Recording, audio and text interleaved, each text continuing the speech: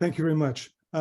So my name is Richard Matthew, and I'm a professor of urban planning and public policy at UCI, and I also direct its new climate and urban sustainability program.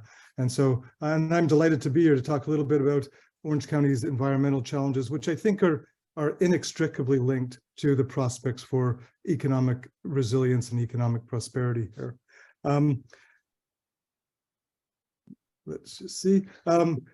So one of the things that I think everybody knows about Orange County is that we have not had the same sort of disasters and the same sort of stresses and shocks that much of the state has, that other parts of the country have had. But we are facing a number of environmental challenges, and all of them are trending in directions that we should be a little bit concerned about.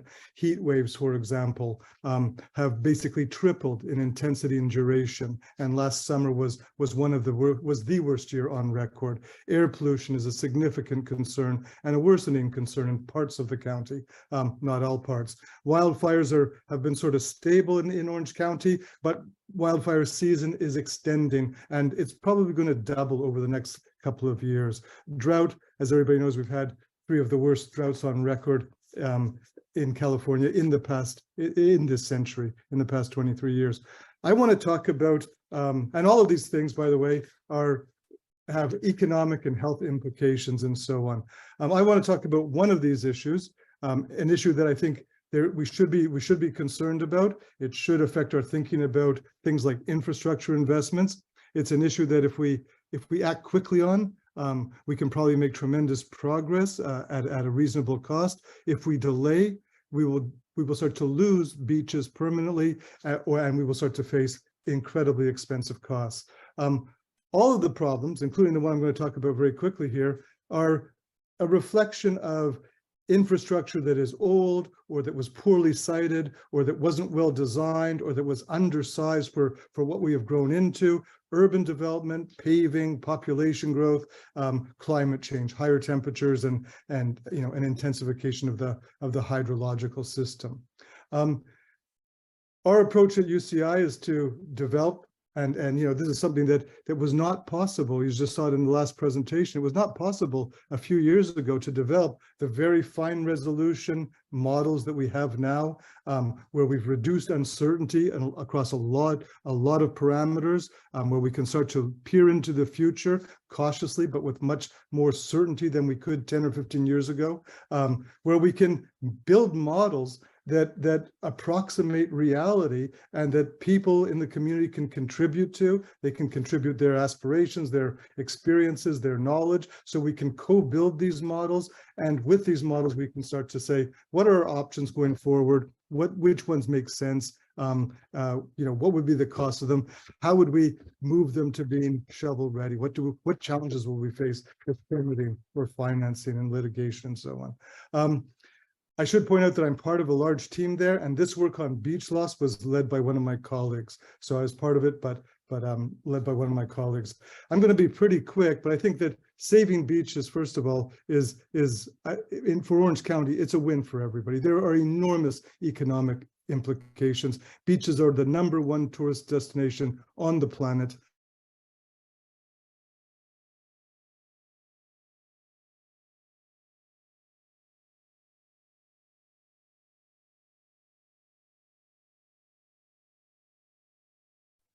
And it's part of our identity here. And we know what's happening. Look at San Clemente, the site of 4 emergency permits in the past few years, where the railroad is now in danger, the beach is gone permanently, and so on. What communities like San Clemente and so on need is better understanding of what's driving the problem, what their choices are, being alerted with a sufficient time to act quickly rather than just have to pile rock on to try and protect roads and railroads and parking lots and so on, the ability to look into the future and so on. The information that people use today, and I'm not going to go into any detail here, literal sill concepts, very large scale, so not particularly helpful for a city or a particular beach. Sand budget concepts, okay, those important data point, but we need much more information. Seasonal concepts, we understand that. Winters bring bigger waves, beaches shrink. Summers, smaller waves, beaches grow. aerial photos are very helpful because we can see things that we couldn't see before. But what's missing for a lot of people is very, very fine resolution, site-specific information on what's happening on their beach and what's likely to happen going forward in the next 5 years, 10 years, whatever. And this ability to do that, to provide that information, is available now in a way which simply historically was not possible. So we're not sort of saying, oh, it's unfortunate that we made certain decisions 50 or 60 years ago. It is, but at that time the information available was very, very different.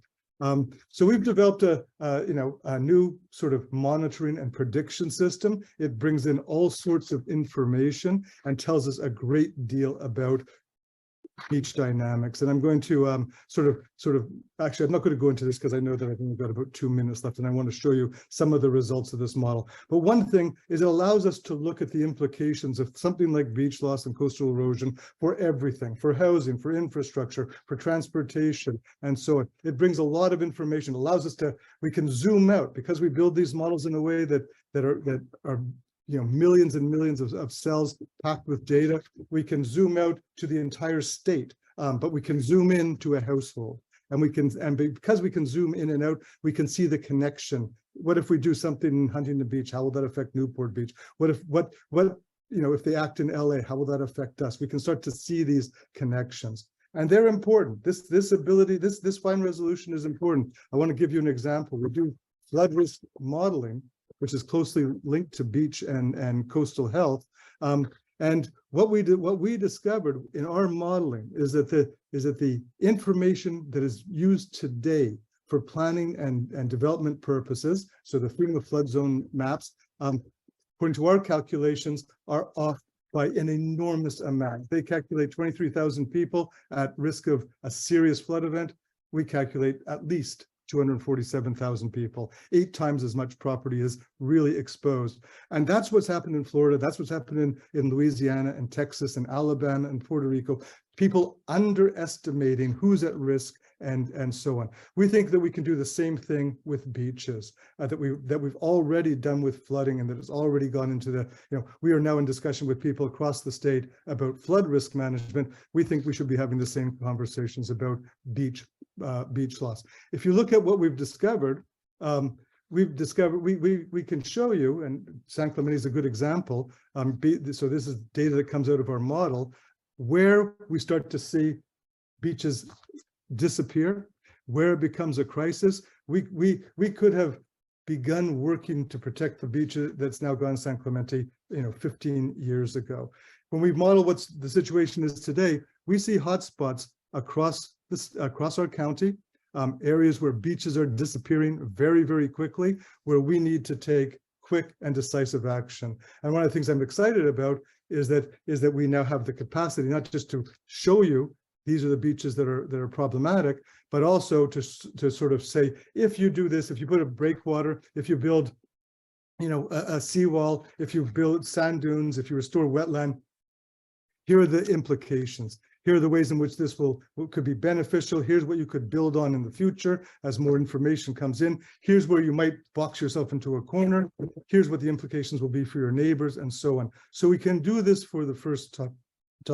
And I'm really, really excited about it. What we need to do, our next step, of course, is to build that interface that takes this massive amount of information. And to be honest with you, people at UCI have been collecting data on the environment in Orange County since the university opened in 1965. We have a massive amount of data, but we don't have a great interfaces for sharing that data in practitioner-friendly ways, in intuitive ways. And that's what we're working on now. How do we take what we know about beach loss and coastal erosion and make it available to developers, planners, policymakers, lobbyists, nonprofits, and so on. So I'll end there because I think that's my 10 minutes. Yeah, thank you very much for the opportunity to share a little bit. Absolutely. And again,